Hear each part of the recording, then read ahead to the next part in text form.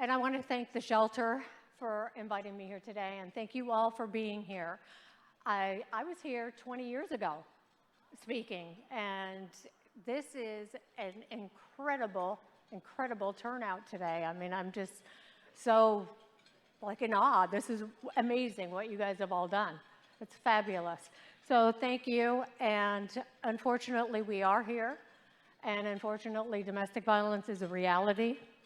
And I lost my sister 30 years ago to this monster called domestic violence. From a tremendous tragedy in our family, I found out about domestic violence because I was the first one to come out and say, no, Nicole is not a battered woman. Well, it's because I didn't know. I didn't understand. I didn't realize what domestic violence was. We weren't raised in an abusive household. I never heard my parents screaming or yelling at each other. It was, it was something that we just did not grow up with. I didn't know that one human being needed to control another human being.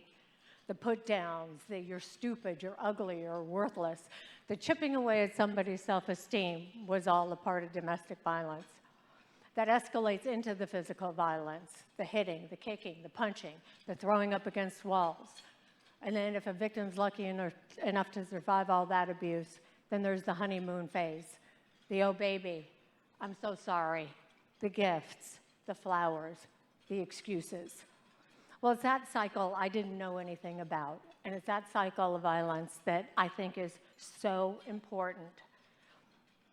I learned about it too late. And I learned about it from Nicole. She left notes, she left her diaries. And in those notes and diaries, my father, he called me back to his room and he said, Denise, he goes, take a look at this. I started reading it and I thought, oh my God, we were there, we were there, we were there. But Nicole didn't say anything to us. One of the entries was that she went to the emergency room. She lied to the doctors, and she told them that she fell off her bicycle. Another one of those entries is that she was locked in her wine room, in their wine room, beaten, left there to be beat over and over and over again while her husband was just a few feet away watching television. In the horror of all that, my mom and I, we went to Human Options, a shelter in Laguna Beach, California. We took these notes and diaries because we wanted to understand what domestic violence was. Because I said, no, she's not a battered woman. Nicole was strong. Nicole was secure. Nicole portrayed everything no victim of domestic violence portrays. She hid her violence so well. And when we got to the shelter, they gave me fact sheets, they gave me books to read, and they started educating me about this monster called domestic violence. But my real education started from meeting the women and children in shelters. As I look back, I realized that Nicole minimized her abuse. Even my first meeting of her new boyfriend. I was living in New York City, and she told me, she says, Denise, she goes, I want you to meet my boyfriend. I'm so excited. My younger sister and I were living in New York. She says, I'm up in Buffalo, New York. He's a football player. I said, yeah, okay. 4 girls. We knew nothing about football, so we wouldn't know who he was. And all of a sudden I said, okay, we'll come up. Great, wonderful. She seemed so happy. And, I wanted to support her in her new relationship. So as we went up there, oh my God, charming, nice, couldn't have been sweeter to all of us. And he showed us Niagara Falls, he took us on a tour around, and just a very doting boyfriend. Then we went to a game, and all of a sudden at the game, Nicole was waiting for some friends of theirs to come to the game as well, that we were going to meet for the first time. Well, at that very moment, when their friend, who was a male, Michael, he came, and us being European, we kiss on the cheek, okay? So at that very moment, he was down on the field with his teammate, and he pointed up as Nicole was kissing him on both cheeks, that's my girl. Everything from that moment on changed. As soon as he got home that night after the game, I heard my sister in the bathroom crying. And I ran over to the bathroom and I said, "What is going on?" And she said, "I hate him, I hate him, I hate him." And she took the little figurine that they had made out of him, she took it, she threw it into the bathtub, and she said, "I hate him." He walked in the door. She says, "I've got to go talk to him." And I just thought, oh my God, are you sure? She goes, "I'm going to go down and I'm going to talk to him." She went down, she spoke with him. She comes back up and she says, "Everything's okay." And I said, "Excuse me?" She says, "Everything is okay." I said, "What do you mean?" She goes, "Oh, I embarrassed him." And, you know, he was showing me off at the moment that Michael got there, and I was kissing him hello, and I embarrassed him. So I just thought, okay, this is too crazy for me. I had no idea. I didn't understand it. I didn't get it. And I thought, how can somebody, when they meet a family member for the very first time, have their girlfriend in the bathroom crying, let alone our sister? I thought people behave like at their best. Well, no, he didn't seem to care. So it's in the memory of Nicole that I started speaking out about domestic violence, but now it's for your sister, your wife, your daughter, your loved one, your friend, for whom I continue speaking now and in the future.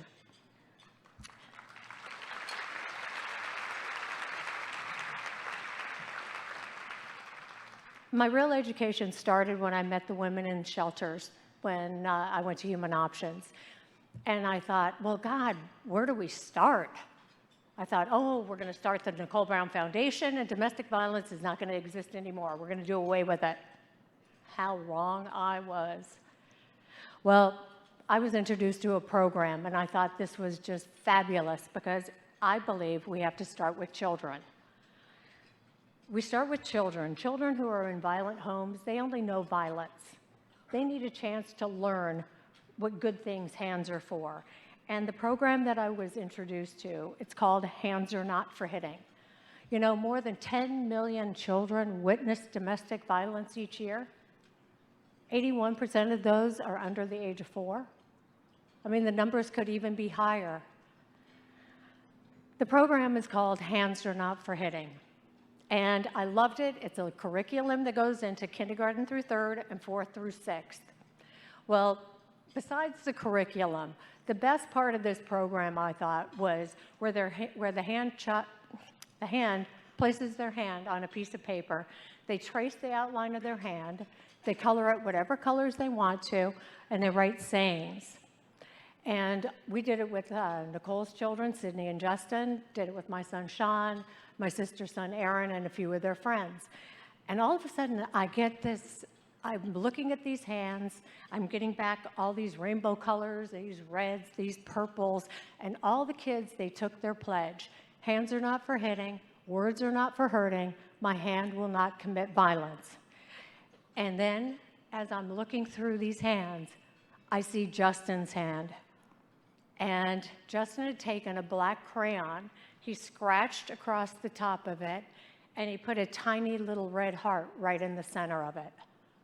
I was shocked because everybody else's hand was bright colors. And so I called up the therapist. I said, Ken, I said, what does this mean? He said, Denise, you have a little boy there with a broken heart. And that killed me. That broke my heart. But you know, there were 3 boys and 1 girl living under the same roof.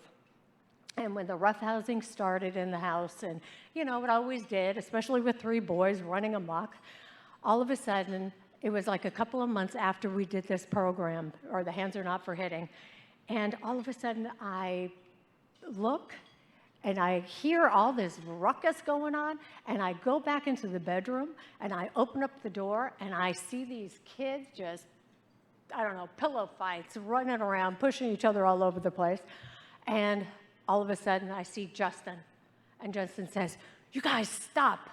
Denise is here. Hands are not for hitting. And this was a couple of months after we had done it. So he remembered it. And I thought, oh my God, this is so great. And it was about 19 years later when I asked my son, he was 19 years old, not 19 years later, he was 19 years old, and I asked him, I said, Sean, I said, do you remember that program? He goes, yeah, Mom. He goes, I wish you would have done that with us every year. And I thought, wow. So I want to encourage all of you to do this with your children, to do it with your grandchildren, to do it with your nieces, your nephews. Teach kids the good things that hands are for, and take that pledge. Hands are not for hitting, words are not for hurting. My hand will not commit violence. Kids who are in violent homes, they only know violence. They need a chance to learn the good things that hands are for. A nice friendly hug, shaking hands, playing an instrument. You know, they need a chance to learn what good things that they can do. They need that chance. I think whether they're men, women, children, elderly, or just afraid, the victims of domestic violence are routinely attacked by those that are supposed to love them, by those that they are supposed to be able to count on and trust. I've learned that all too often that victims of domestic violence, they feel lost and isolated. Isolation being controlling what they do, limiting their outside involvement with their friends and their family. And batterers never think that they're responsible for their violent behavior. It's always somebody else's fault, usually yours.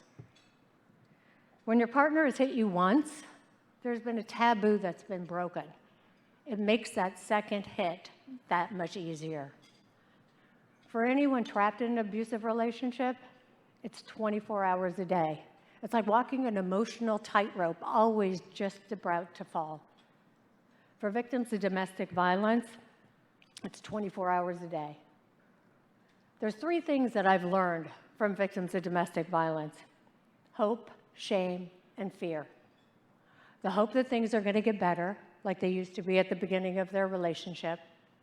The shame of not wanting anybody to know, not your best friend, not your family member, nobody. And the fear of the unknown. Where am I going to go? What am I going to do? Especially if they have children. Unless you've been there, I don't think you can ever imagine the mental, the emotional, the physical pain that never goes away.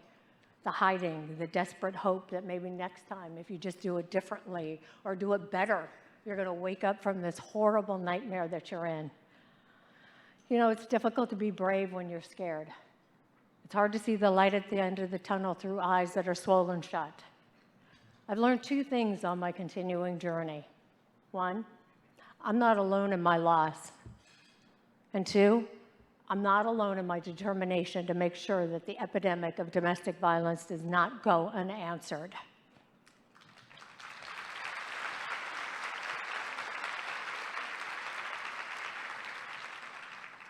Violence occurs in many forms in our communities. And ladies and gentlemen, that's why we're here today, so that we can work together, so that we can make a difference in our communities. Domestic violence has no socioeconomic boundaries. It doesn't see if you're rich or poor, gay or lesbian, Democrat or Republican, or even what religion you are. It doesn't matter.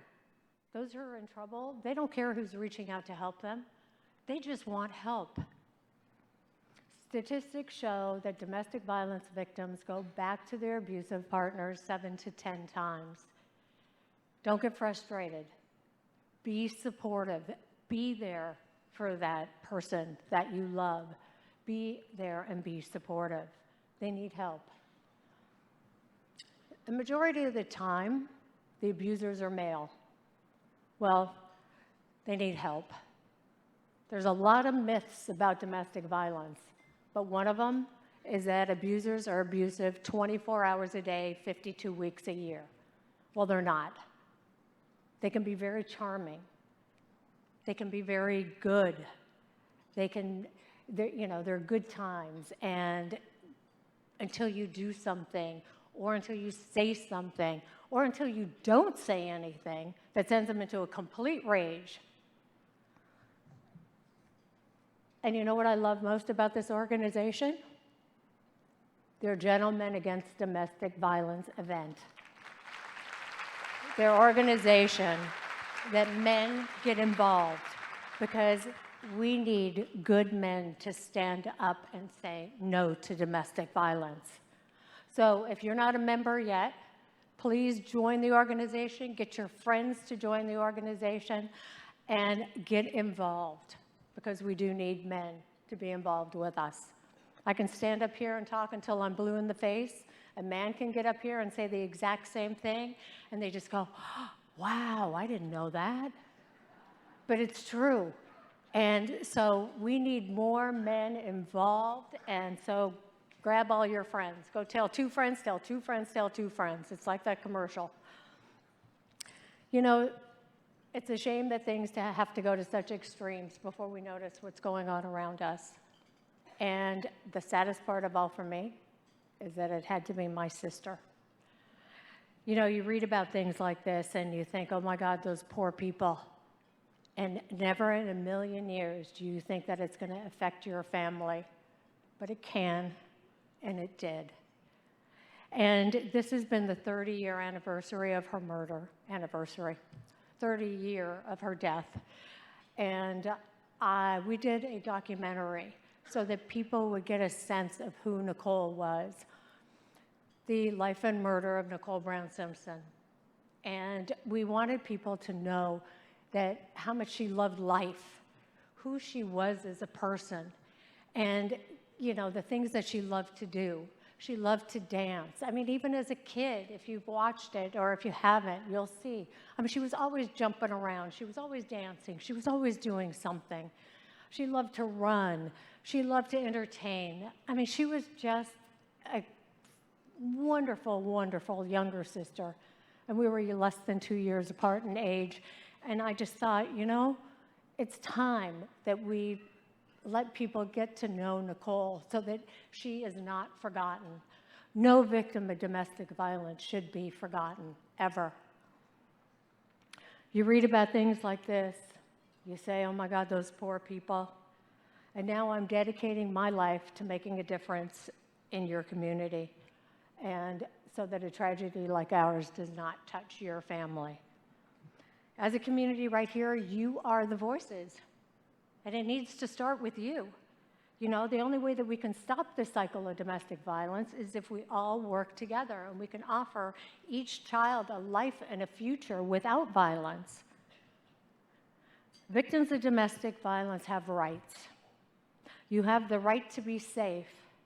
You have the right to love and to be loved. You have the right to be treated with respect. You have the right to be human, not perfect. You have the right to your own opinions, to express them, to be taken seriously. You have the right to grow and change, and that includes changing your mind. And you have the right to say no. The ordinary citizen, the teachers, the doctors, the nurses, the lawmakers, the law enforcers, everybody needs to work together, because if one piece of this is missing, somebody could end up losing their life. A police officer up in New York City, he told me, he said, Denise, it's the most dangerous call that we go on. And I said, well, how's that even possible? This was when I first started. I said, you guys have guns. You're the law. And he says, it doesn't matter. He says, I went into a home, and this was my first education on law enforcement and domestic violence. He went into a home, and he said, you know, the victim, arrest him, arrest him, arrest him. And all of a sudden, he was going to arrest him. He had a chair knocked over his back and I said, oh my God. I said, how could somebody do that? So he educated me, because by the time he gets out of jail and comes back home, he will beat the living daylights out of her, because it was her fault that he was taken to jail. So that was my education on police officers and domestic violence. So, you know what? Let's open up those garage doors again. When I was a child, we used to run from house to house. Violence didn't seem as prevalent as it does today. You know what? Let's not let evil prevail. Good people need to stand up and say no to domestic violence. We need to bring sanity back to humanity. People need to become socially responsible. Make that 911 call. Speak up if you hear of someone being abused. Don't just sit back and think that there's nothing you can do, because you know what? There is something you can do. Let's make our world a better and a safer place for our children to grow up. A friend of mine, he wrote about facing overwhelming obstacles and incredible odds. He said, "When our time on earth is through, I think that if there is a heaven or a hell, we will be asked to pay someday, not just for what we did, but also for what we did not do. So please, don't think that there is nothing we can do. Every survivor deserves the chance to heal, to rebuild, and to thrive. My family story reminds us of the important it is to have resources like the shelter available to those in crisis. Today, we can ensure that no one has to face this journey alone. We know many of you here today have already made a generous commitment to the shelter, and we thank you. If you're able, please join in, support the shelter's vital work, and help change lives for the better. Thank you for being here. Thank you for listening to me, and have a wonderful rest of your day.